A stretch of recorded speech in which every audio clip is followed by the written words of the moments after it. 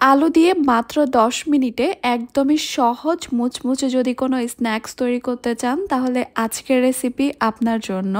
আসসালামু আলাইকুম everyone, welcome to Apsara's mini kitchen.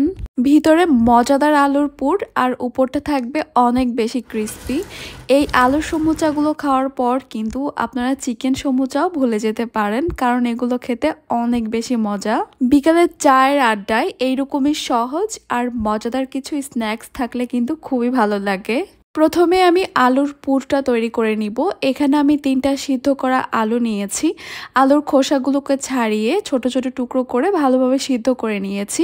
আর একটু গরম থাকা অবস্থায় এগুলোকে আমি ম্যাশ করে নিচ্ছি।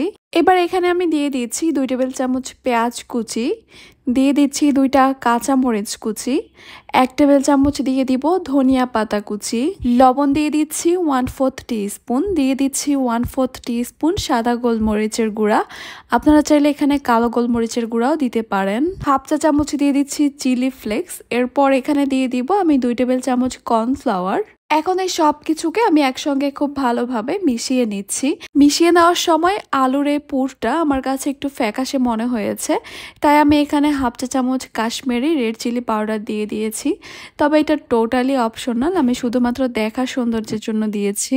আলুর পুরটা তৈরি হয়ে গেছে। এবার আমি হাতে সামান্য একটু তেল মেখে নিয়েছি যেন পুরটা হাতে না লেগে যায়। এরপর এই পুরটা থেকে অল্প অল্প করে নিয়ে আমি লম্বা লম্বা করে একটা লেচির মতো তৈরি করে নিব। এই যে দেখতে পাচ্ছেন আমি ঠিক এইরকম সসেজের মতো করে নিয়েছি আলুর পুরটাকে। এইভাবে আমি আগে সবগুলো তৈরি করে নিব। খুব বেশি মোটা করা যাবে না, আমি একটু চিকনই রেখেছি, তবে আপনারা চাইলে আরও চিকন বা আরও মোটা করে নিতে পারেন। এরপর এখানে আমি কিছু পেস্ট্রি শিট নিয়েছি বা সমুচা শিট। এই শিটগুলো কিন্তু খুব সহজেই বাসায় তৈরি করা যায়, সেটার একটা ভিডিও কিন্তু আমার চ্যানেলে অলরেডি দেওয়া রয়েছে। তাছাড়াও কিন্তু আপনারা যে কোনো বড় মুদি দোকান বা সুপার শপে এগুলো ইজিলি পেয়ে যাবেন। আমি এখানে একটা করে শিট নিব আর একটা সাইডে আমি একটু ময়দার ব্যাটার দিয়ে দিচ্ছি। সামান্য একটু ময়দার সঙ্গে পানি মিশিয়ে এরকম একটা ব্যাটার তৈরি করে নিচ্ছি যেটা গ্লোর কাজ করবে। এরপর আমি আলুর পুরটা দিয়ে দিব আর শেষ মাথায়ও আমি একটু ময়দার ব্যাটারটা দিয়ে দিচ্ছি।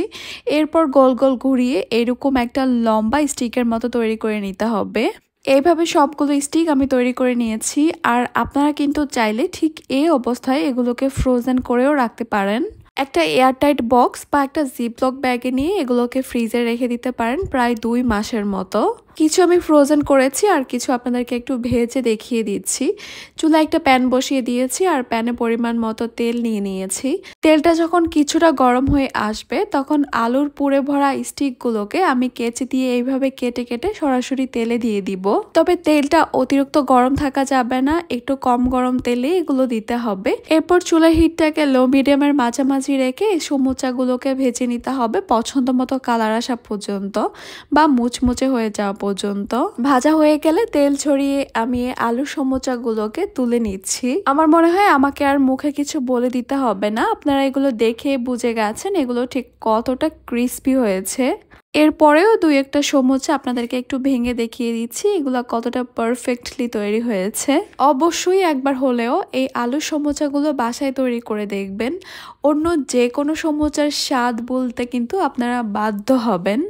আশা করছি আমার আজকের রেসিপি আপনাদের কাছে খুবই ভালো লেগেছে আর সহজও লেগেছে।